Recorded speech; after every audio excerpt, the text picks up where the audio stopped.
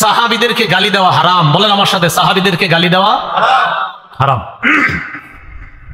একটা কিতাব আছে, হাদিসের কিতাব আল জামিউস সগীর, এই কিতাবের 8715 নম্বর হাদিস।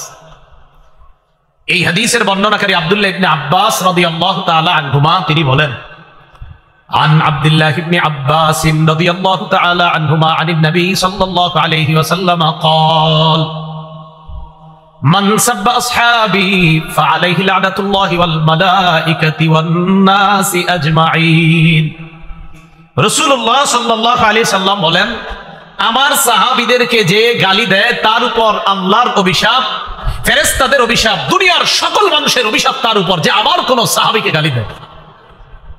তাহলে আল্লাহর অভিশাপ, ফেরেশতাদের অভিশাপ, সমস্ত মানুষের অভিশাপ যদি রাসূলের সাহাবীকে কেউ গালি দেয়। সহিহ বুখারীর বর্ণনা 3673 নম্বর হাদিস, যে হাদিসটা আমি খুতবায় তেলাওয়াত করছি। এই হাদিসের বর্ণনাকারী আবু সাঈদ খুদরি রাদিয়াল্লাহু তাআলা আনহু, তিনি বলেন, قال رسول الله صلى الله عليه وسلم لا تسبوا أصحابي।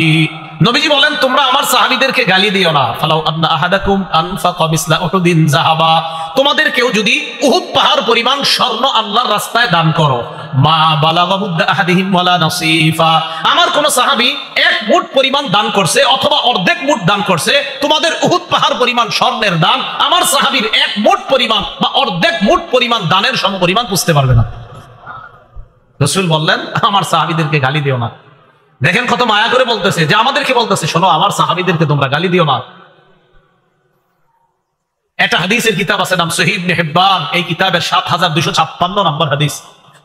এই হাদিসের বর্ণনাকারী সাহাবীর নাম আব্দুল্লাহ ইবনে মুগাফফাল রাদিয়াল্লাহু তাআলা আন, তিনি বলেন, قال رسول الله صلى الله عليه وسلم الله الله في اصحابي। নবীজি বলেন, আমার সাহাবীদের ব্যাপারে তোমরা আল্লাহকে ভয় করো। লা তাত্তাখিযুহুম গরাদাম মিন বা'দি, আমি দুনিয়া থেকে চলে যাওয়ার পর আমার কোন সাহাবীকে বিদ্রূপ অথবা গালির লক্ষ্য বস্তু বানায়ো না। নবী বললেন, আমার সাহাবীদের ব্যাপারে আল্লাহকে ভয় করো, আমি দুনিয়া থেকে বিদায় নেওয়ার পর আমার কোন সাহাবীকে তোমরা গালি অথবা বিদ্রূপের লক্ষ্য বস্তু বানায়ো না। হাদিসটা আমি মাঝে মাঝে চিন্তা করি, কত ভাবে আমাদেরকে রাসূল রিকোয়েস্ট করে যাচ্ছে, দেখো আমি দুনিয়া থেকে বিদায় নেওয়ার পর আমার কোন সাহাবীকে তোমরা গালি অথবা বিদ্রূপের লক্ষ্য বস্তু বানায়ো না। আমি রাসূল তোমাদেরকে এই কথাটা বলে গেলাম, এই কাজ ভুলেও করবা না। সাহাবীদের ব্যাপারে আল্লাহকে ভয় করতে রাসূল বললেন। আল্লাহ কথাগুলো বুঝার তৌফিক দান করেন। আব্দুল্লাহ ইবনে আব্বাস রাদিয়াল্লাহু তাআলা আনহুমার বক্তব্য শুনেন। তাখরিজুশ শরহিত তাহাবী, এই কিতাবের মধ্যে আব্দুল্লাহ ইবনে আব্বাসের বক্তব্য, তিনি বলেন, লা তাসুব্বু আসহাবা মুহাম্মাদিন সাল্লাল্লাহু আলাইহি ওয়াসাল্লাম, তোমরা মুহাম্মদ সাল্লাল্লাহু আলাইহি সাল্লামের সাহাবীদেরকে গালি দিও না। কেন?